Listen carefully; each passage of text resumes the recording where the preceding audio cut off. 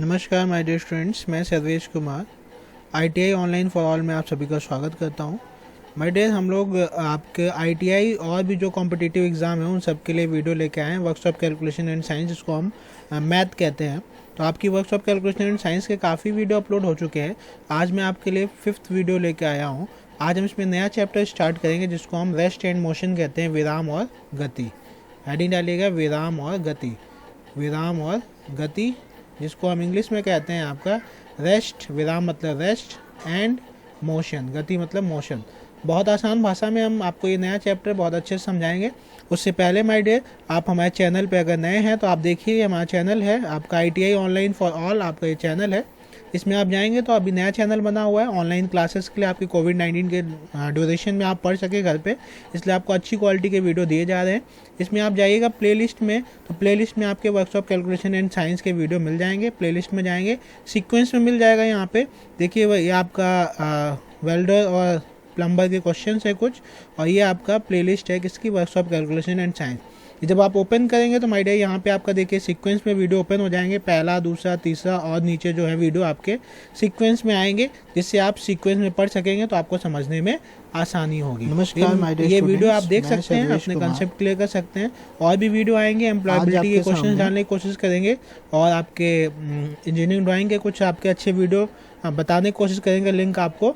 और अभी हम चलते हैं अपने वीडियो की ओर। आज हम शुरुआत करेंगे। उससे पहले आप अगर नए हैं तो चैनल को सब्सक्राइब, लाइक और शेयर जरूर करिएगा।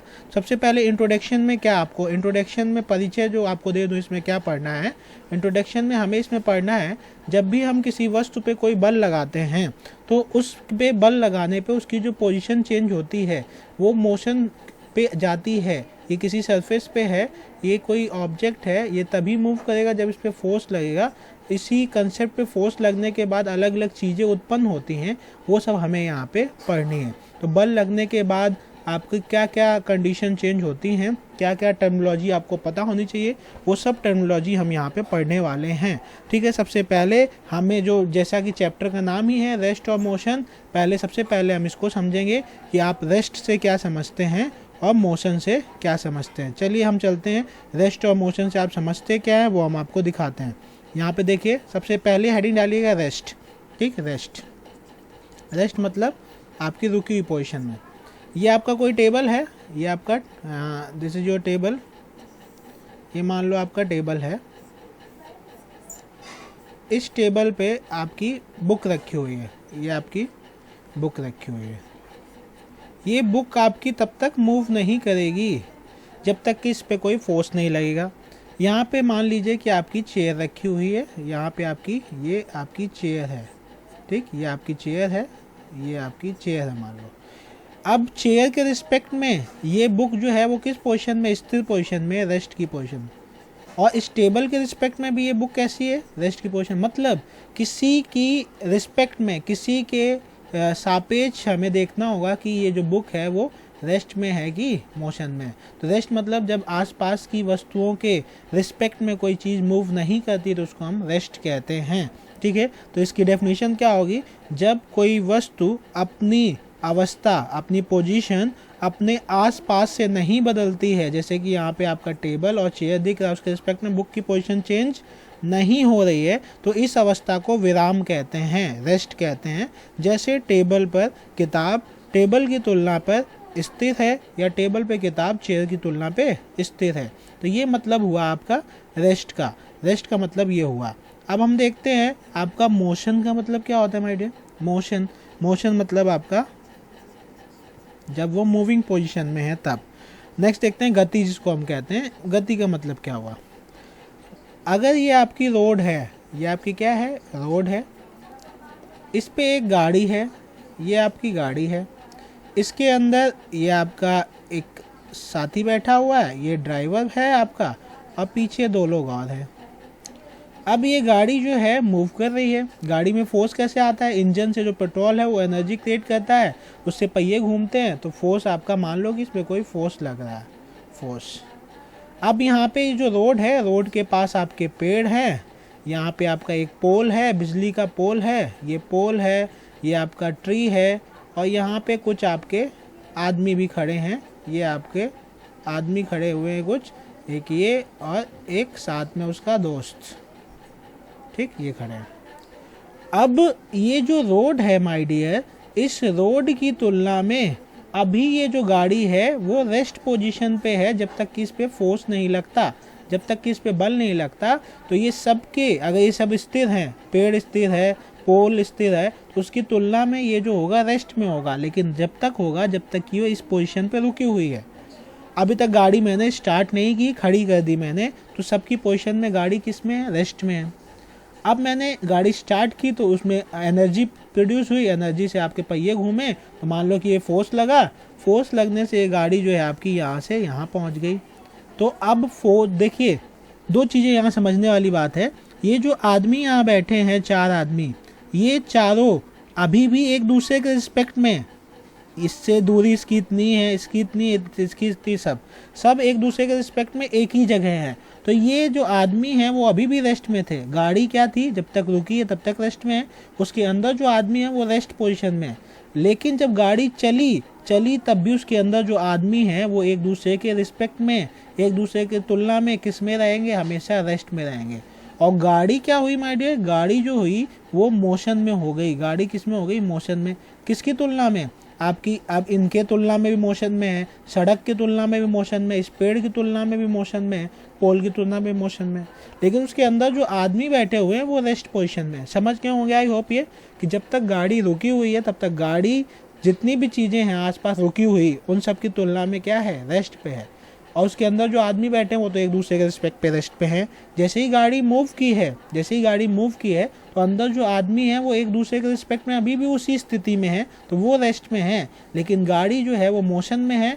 मोशन में किसके रिस्पेक्ट में है, ये मोशन में है किसके रिस्पेक्ट में, आपकी रोड के रिस्पेक्ट में मोशन में है, क्योंकि रोड स्थिर है, गाड़ी मूव कर रही है। आपके पेड़ के रिस्पेक्ट में मोशन में है, और जो आपका पोल है, इन सब के रिस्पेक्ट में गाड़ी किस में है, आपकी मोशन में है। तो ये माय डियर आपका रेस्ट और मोशन का कंसेप्ट आई होप आप सबका क्लियर हो चुका होगा, अब कोई डाउट नहीं होगा।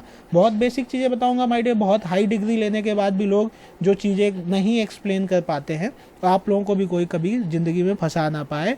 तो आप जुड़े रहिए हमारे साथ। अच्छा लगे वीडियो तो लाइक ज़रूर किया करिए, वीडियो देख के लाइक किया करिए, ठीक माय डियर। नेक्स्ट हम चलते हैं आपका, अब देखते हैं 2 चीज़ें बहुत इंपॉर्टेंट, आपके एग्जाम में बहुत पूछी जाती है। स्केलर और वेक्टर क्वांटिटी क्या होती है। स्केलर और वेक्टर मतलब होता है आपका अदिश राशियां और सदिश राशियां, अदिश राशियां और सदिश राशियां, और सदिश राशियां, सदिश राशियां, ठीक my dear.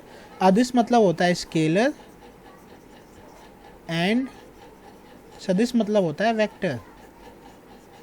Scalar and vector ध्यान से समझिएगा माय डियर, बहुत इंपॉर्टेंट है। एग्जाम में आपको क्वेश्चन मिल जाता है कि कौन है अदिश और कौन है सदिश। तो पहले हेडिंग डालिएगा स्केलर, पहले हम बताएंगे स्केलर। स्केलर वो चीज़ होती है जिसमें केवल मैग्नीट्यूड होता है, केवल मैग्नीट्यूड होता है, एंड हैविंग नो डायरेक्शन, जिसमें कोई दिशा नहीं होती है, हैविंग नो डायरेक्शन।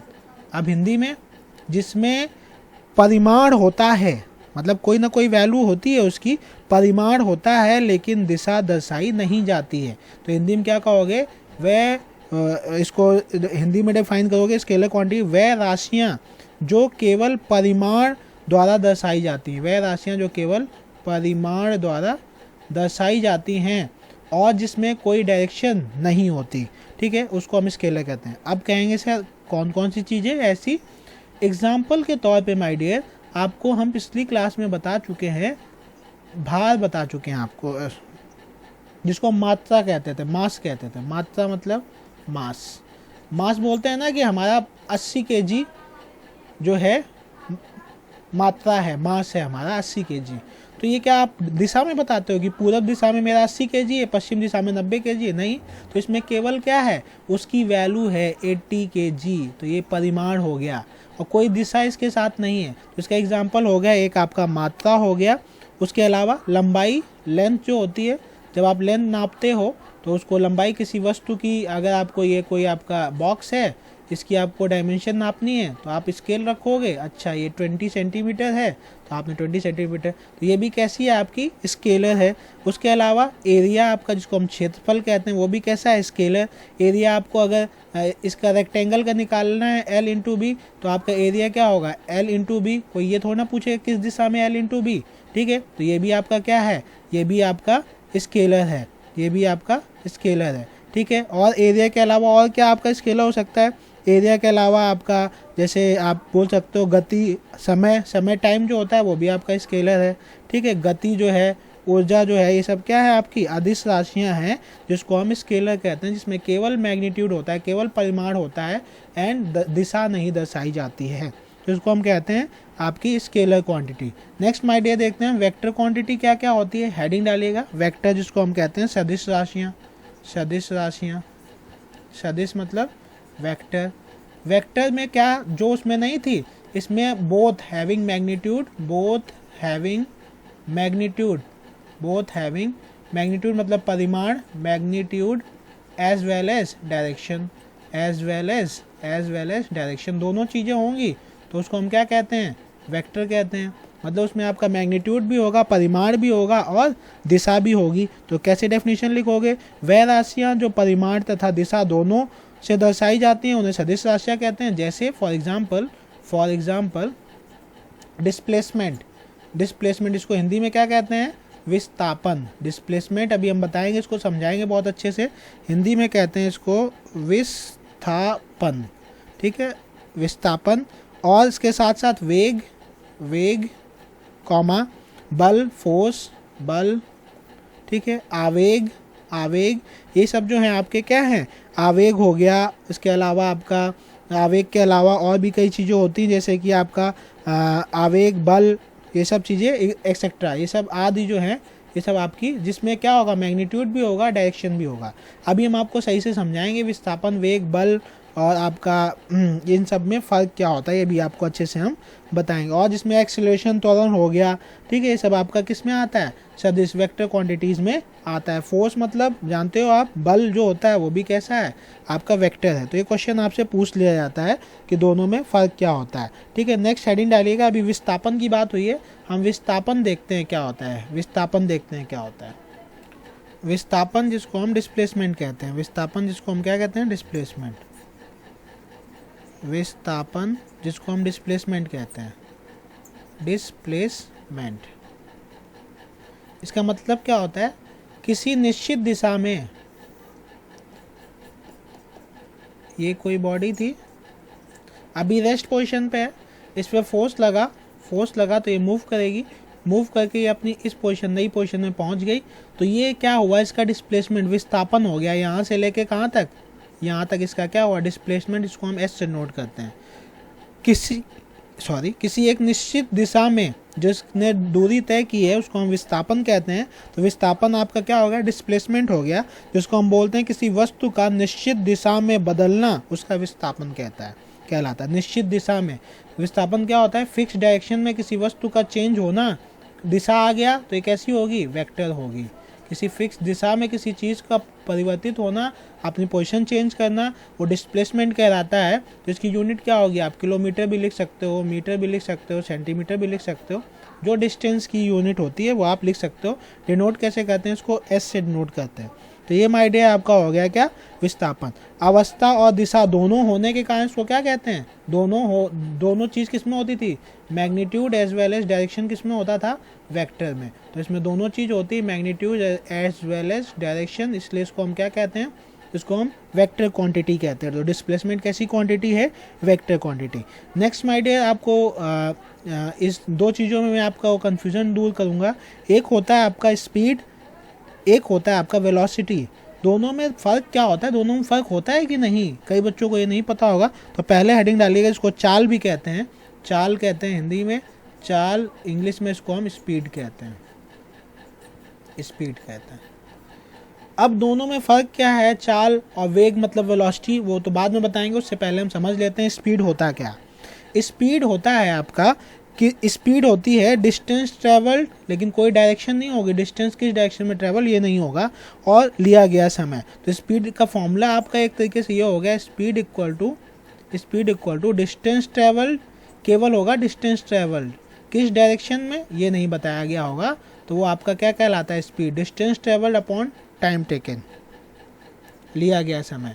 हिंदी में क्या बोलोगे, चाल बराबर तय की गई दूरी अपॉन लिया गया समय।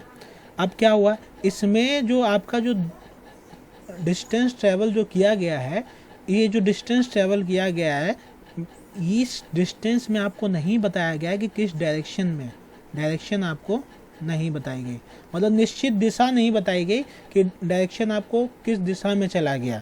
ठीक, तो ये आपकी स्पीड में होता है डिस्टेंस अपॉन टाइम, और आपका वेलोसिटी अभी आपको पता चल जाएगा। तो इसको आप डेफिनेशन कैसे लिखोगे चाल की, किसी वस्तु द्वारा एकांक समय में निश्चित दूरी तय करना चाल या स्पीड कहलाता है। अर्थात वस्तु की स्थिति में परिवर्तन की दर को चाल कहते हैं। वस्तु की स्थिति की परिवर्तन को दर को चाल, दर मतलब विथ रिस्पेक्ट टू टाइम, ये किसके साथ हो रहा है, टाइम के साथ, इसलिए इसको हम बोलते हैं दर, मतलब रेट ऑफ चेंज बोलते हैं इंग्लिश में। तो इसको बोल सकते हो वस्तु की स्थिति में परिवर्तन की दर को चाल कहते हैं। कोई पूछे चाल क्या होता है, तो यहाँ आप लिख सकते हैं वस्तु की स्थिति में परिवर्तन की दर को हम चाल कहते हैं। फॉर्मूला कोई पूछे तो आप ये बता सकते हो। अब जैसे चाल में दिशा प्रदर्शित नहीं है, बता दिया आपको डायरेक्शन नहीं है, तो जिसमें डायरेक्शन नहीं होती वो क्या क्वांटिटी होती है, जिसमें डायरेक्शन नहीं होती केवल उसका परिमाण होता है, केवल उसका मैग्नीट्यूड होता है, तो उसको हम क्या कहते थे, स्केलर कहते थे, जिसको हम अदिश कहते थे। तो आपका जो चाल है, स्पीड, वो कैसी क्वांटिटी है, स्केलर क्वांटिटी है। वो कैसी क्वांटिटी है आपकी, स्केलर क्वांटिटी है। ये शायद आप समझ गए होंगे स्केलर मतलब क्या होता है, पहले ही बता चुके हैं। अब देखिए एग्जांपल एक लेता हूँ मैं, एग्जांपल। तो इसमें आपको जो डिस्टेंस ट्रेवल दिया होगा लेकिन किस दिशा में वो नहीं दिया होगा। मान लीजिए कि एक बस है जो कि 90 किलोमीटर की दूरी तय करती है, मतलब 90 किलोमीटर मान लो कि आपका कानपुर से लखनऊ, तो डिस्टेंस आपको दिया, लेकिन डिस्टेंस नहीं दिया है कि कानपुर से लखनऊ, ये नहीं बताया, तो केवल डिस्टेंस दिया हुआ है। एक बस आपका 90 किलोमीटर की दूरी तय करती है और कितना समय लेती है, दूरी आपका समय लेती है 2 घंटे, टाइम लेती है आपकी 2 आवर। आपसे पूछ रहा है कि स्पीड बताइए क्या होगी, स्पीड बताओगे, अगर वो बोल देगा कानपुर से लखनऊ के बीच में, तो आपको दिशा भी पता चल गई, तो वो आपका वेलोसिटी हो जाएगा। तो स्पीड इक्वल टू क्या होता है आपका, डिस्टेंस अपॉन टाइम होता है, distance travel upon time taken. Distance कितना है 90 किलोमीटर और समय आपका 2 आवर। इसको आप काट दोगे तो ये काट के आपका 45 किलोमीटर पर आवर जो हुआ आपका, वो क्या हो गया माय डियर, स्पीड हो गई आपकी। तो दोनों की यूनिट भी सेम रहेगी, बस आपका इसमें डायरेक्शन नहीं दी होगी। अब बस की चाल क्या है, 45 किलोमीटर पर घंटा है। अतः बस की चाल आपकी 45 किलोमीटर पर घंटा है, जो कि बिना किसी दिशा के प्रदर्शित की जाएगी, जिसमें इसका जो ये प्रेजेंटेशन है उसमें नो डायरेक्शन, तो वो आपकी स्पीड हो जाती है। वो नो डायरेक्शन दर्शा दो तो आपकी वो स्पीड हो जाती है। नेक्स्ट देखते हैं आपका नेक्स्ट देखते हैं, आपकी हेडिंग डालिएगा वेग, जिसको हम वेलोसिटी कहते हैं। नेक्स्ट वेग, जिसको हम वेलोसिटी कहते हैं। वेग, जिसको हम क्या कहते हैं, वेलोसिटी कहते हैं। वेलोसिटी कैसी क्वांटिटी है, अगर इसमें डायरेक्शन बता देगा, मैग्नीट्यूड तो होगा ही, तो ये आपकी वेक्टर हो जाएगी। ठीक है, वेग देखिए क्या होता है, वेग होता है आपका velocity equal to distance travelled in a particular direction. Distance traveled in a particular direction, distance traveled in a particular direction upon time taken। upon क्या होगा आपका, time taken, लिया गया समय। तो इसमें डायरेक्शन वर्ड आ गया, ये डायरेक्शन वर्ड आ गया। जब डायरेक्शन आ गया तो मतलब आपका जो डिस्टेंस है वो बताएगा किस डायरेक्शन में जा रहा है। हिंदी में कैसे लिखोगे, स्पीड बराबर वेग बराबर निश्चित दिशा में तय की गई दूरी अपॉन लिया गया समय। तो आपका वेग आपका क्या होगा, वेग एक तरीके से ऐसे भी लिख सकते हैं, वेग बराबर विस्थापन। विस्थापन क्या होता है, निश्चित दिशा पे होता है ना आपका विस्थापन, यही तो होता था, किसी निश्चित दिशा में कितना डिस्टेंस ट्रेवल किया है अपॉन टाइम टेकन, मतलब समय। तो वेलोसिटी को मैं v से नोट करता हूँ, विस्थापन को हमने एस बताया था, टी टाइम हो गया, तो इसको हम ऐसे भी बोल सकते हैं। अगर आपको विस्थापन निकालना हो, विस्थापन मतलब पता ही है ना, डिस्प्लेसमेंट बता चुके हैं अभी, डिस्प्लेसमेंट। तो अगर आपको डिस्प्लेसमेंट निकालना हो तो एस इक्वल टू क्या हो जाएगा, वी इंटू टी हो जाएगा। S equal to V into T हो जाएगा। वी किस में होता है, वी आपका या तो किलोमीटर पर आवर में होगा या मीटर पर सेकेंड में होगा, और समय किस में, आवर में। तो आवर कट गया, विस्थापन किस में होगा आपका, किलोमीटर में। तो ये आपका यहाँ से विस्थापन भी आप निकाल सकते हो। तो अब ये कैसी राशि है, क्योंकि इसमें डायरेक्शन भी है, तो आपका जो वेग है वो आपकी कैसी क्वांटिटी है, वेक्टर क्वांटिटी है, आपकी कैसी क्वांटिटी, वेक्टर। तो अब इसको हिंदी में कैसे आप डिफाइन करोगे, जल्दी से मैं बोल देता हूँ। किसी वस्तु द्वारा निश्चित दिशा में एकांक समय में दूरी चलना वेग कहलाता है, अर्थात वस्तु की निश्चित दिशा में स्थिति परिवर्तन की दर को वेग कहते हैं। इंपॉर्टेंट, ये आप लिख लीजिए कि जो लास्ट में बोल रहा हूँ, अर्थात वस्तु की निश्चित दिशा में स्थिति परिवर्तन की दर को वेग कहते हैं। स्थिति परिवर्तन किसी एक दिशा में s अपॉन टी को हम क्या कहते हैं, वेग कहते हैं। तो अब ये कैसी है आपकी, ये आपकी कैसी क्वांटिटी है, समझ गए आप, वेक्टर क्वांटिटी है। अब इसका मात्रक जो होगा, यूनिट क्या होगी, मात्रक। देखिए एसआई सिस्टम है जो कि 1960 में आया था, जो कि ऑल ओवर वर्ल्ड एक जैसा माना जाता है, वो 1960 से लागू हुआ। तो उससे पहले कई सिस्टम थे जो आपको मैं बता दूंगा, पहले का चैप्टर है ये।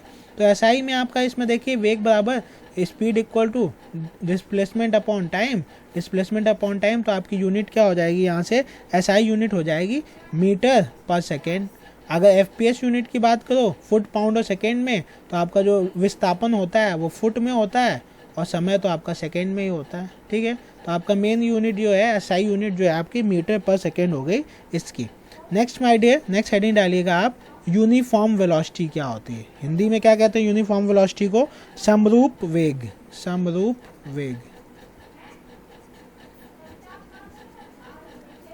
मतलब यूनिफॉर्म वेलोसिटी।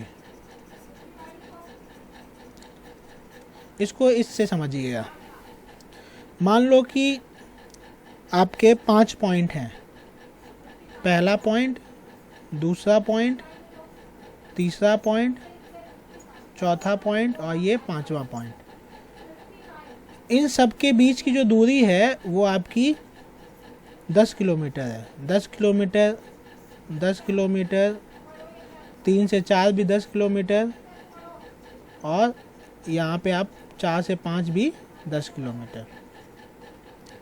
कोई गाड़ी यहाँ से चलने के बाद इसने 30 मिनट में 1 से 2 की पोजीशन में मूव किया, 30 मिनट का समय लिया, ये कहाँ पहुँच गई, 2 में पहुँच गई।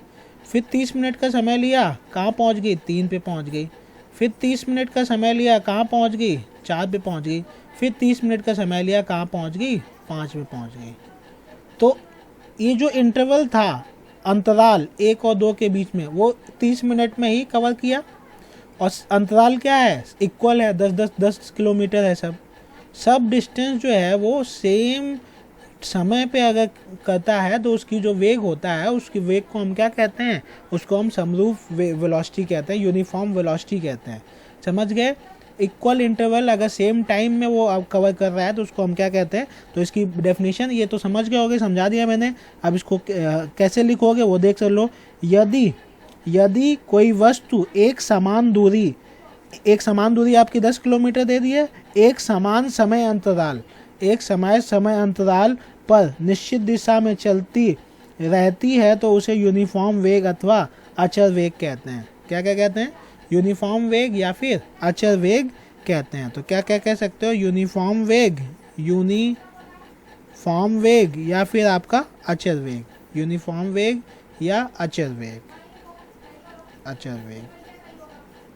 समझ गए हो गया आई होप। नेक्स्ट देखते हैं आपका वेरिएबल परिवर्तित वेग, जिसको वेरिएबल वेलोसिटी कहते हैं। नेक्स्ट देखते हैं, नेक्स्ट हेडिंग डालिए, वेरिएबल वेलोसिटी।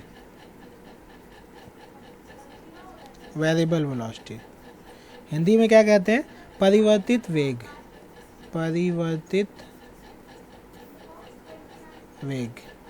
अब इसमें क्या होता है, ये जो आपका ऊपर वाले फिगर से समझ लीजिए, अब 1 से 2 तक वो दूसरी वेलोसिटी से चल रहा था, यहाँ उसने 40 मिनट में तय किया। ये 2 से 3 वो 35 मिनट में पहुंच गया।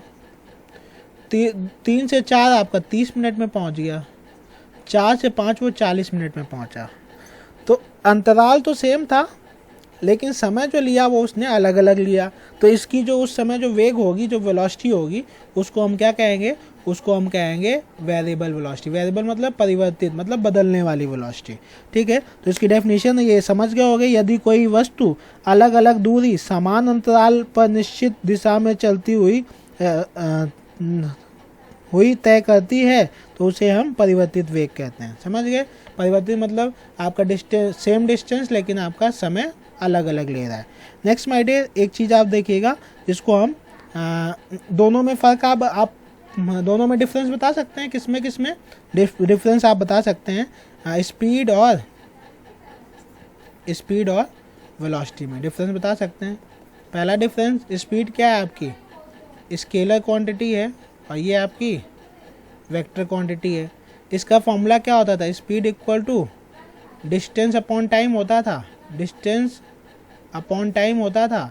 और यहाँ पे velocity equal to distance with direction upon time होता है। डिस्टेंस विद डायरेक्शन साथ में होती है, अपॉन टाइम होता है। ठीक है, और ये चाल अदिश और सदिश है। और किसी वस्तु द्वारा डेफिनेशन तो पता ही है कि इसमें आपका स्पीड में क्या था?